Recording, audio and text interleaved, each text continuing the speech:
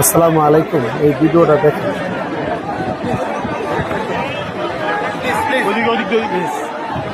ভাবেই সেখানে ফসল হওয়া ধরে। কাজেই আল্লাহর নেয়ামতি পানিটাকে আমাদের সঠিক ভাবে ব্যবহার করতে হবে মানুষের উপকারে।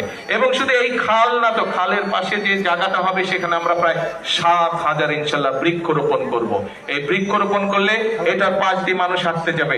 এই যে একটু আগে এমপি সাহেব, এমপি সাহেবকে চেনেন তো? আপনাদের এমপি সাহেবকে কি নাম? কন্দ মঞ্জু। হ্যাঁ, একটু আগে এমপি সাহেব এই যে মন্ত্রী সাহেবকে বলছে, দাঁড়ান না, আমি আপনার নাম বলছি, দাঁড়ান। হ্যাঁ দাঁড়ান। এই যে মন্ত্রী সাহেবকে বলছে, আমাদের এলজিআরডি মন্ত্রী সাহেবকে বলছে, এখানে আপনাদের রাস্তা যাতে হয় এই খালের পাশ দিয়ে, ইনশাল্লাহ খালের পাশ দিয়ে রাস্তাও করবো, যাতে আপনাদের হাঁটা চলার জন্য সুবিধা হয়। এলাকার মানুষ যাতে সুন্দরভাবে হাঁটা চলা করতে পারে, এখান থেকে সামনে যেগুলো এলাকা আছে সেখানে যাতে আপনারা যেতে পারেন। কাজেই আমাদেরকে সারা দেশে আমরা এইভাবে খাল খনন কর্ম